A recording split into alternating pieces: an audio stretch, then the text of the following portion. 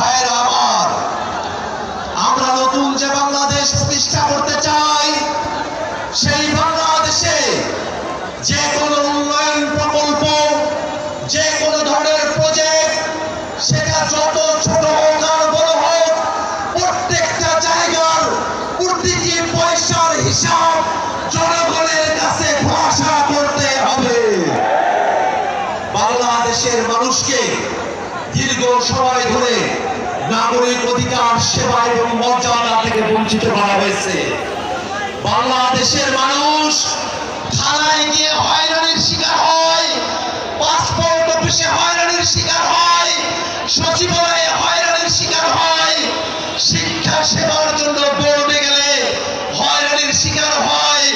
বাংলাদেশের মানুষ ID card পরিবর্তন করতে গেলেও হয়রানির শিকার হয়। আর এই বাংলাদেশের মানুষকে রাষ্ট্রীয় সেবার ক্ষেত্রে আমরা হয়রানির মধ্যে রাখতে চাই না। বাংলাদেশের মানুষ থানায় গেলে, পাসপোর্ট অফিসে গেলে, শিক্ষা ভবনে গেলে, সচিবালয়ে গেলে, নির্বাচন কমিশনে গেলে বাংলাদেশের